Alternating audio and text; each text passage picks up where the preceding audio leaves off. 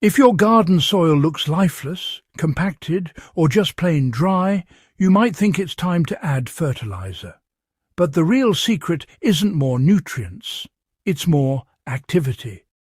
Earthworms don't just show up by accident, and they don't take years to arrive if you know how to trigger the right soil biology. Here's the trick. Forget about compost bins or digging trenches. You can pull thousands of earthworms into your garden overnight with a single biological signal. I'm talking about a method that feeds what earthworms actually follow, not just old food scraps. Earthworms don't chase after kitchen waste like pests do. Instead, they move toward a microbial bloom, the rapid explosion of bacteria and fungi in the soil. After a gentle rain, especially on warm days, you'll notice worms everywhere. That's because the soil biology just woke up, and worms rush in to take advantage. So how do you recreate that signal on purpose? The answer is simple: easily digestible carbohydrates in water. When you dissolve these compounds, they become instant food for soil microbes. As bacteria multiply near the surface, earthworms rise up from deeper layers to graze. The easiest way to do this is by using rice water. It jump-starts microbes far faster than compost, which works slowly over time. Here's the exact formula.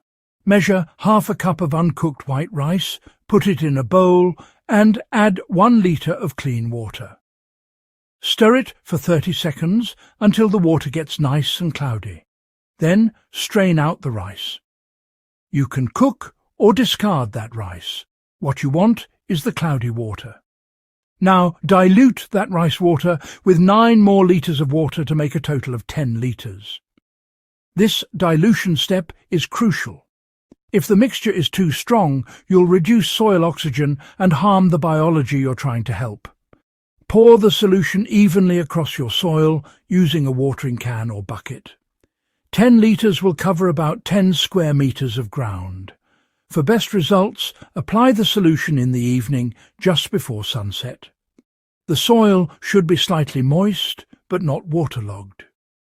Evening application prevents the rice water from evaporating too fast and gives microbes time to multiply overnight when temperatures are steady. If your soil is already somewhat alive, you'll see worms start moving up within hours. By the next morning, you'll spot worm activity at the surface, especially beneath mulch or loose soil. This works without compost bins because compost feeds over time. Rice water provides a signal instantly and spreads it evenly instead of concentrating it in one spot. That's ideal for raised beds, poor soils or gardens where composting just isn't practical. So what's happening underground?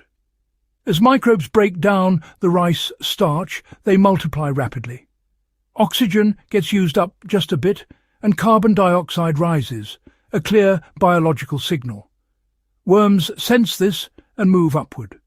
Once they arrive, worms eat microbes and organic particles, leaving behind nutrient-rich castings. Their movement also creates air channels, improving water flow right away. Within weeks, you'll notice your soil getting darker. That's from worm castings, which contain stable organic matter. Darker soil holds more moisture, releases nutrients steadily, and resists erosion. Use the rice water trick once every 3 to 4 weeks during the growing season. Don't overdo it. Too much can reduce oxygen for the microbes you want to encourage. As your soil improves, worm populations will stabilize and you'll need fewer applications.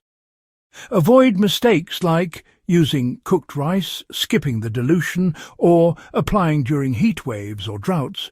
These all disrupt the process. In the long run, more worms mean better nutrient cycling, stronger roots, and more resilient soil. Plants grow better not because of quick fixes, but because the whole environment improves. This is soil regeneration, no machines or chemicals needed. Why did this knowledge fade? Industrial agriculture focuses on feeding plants directly, not activating soil biology.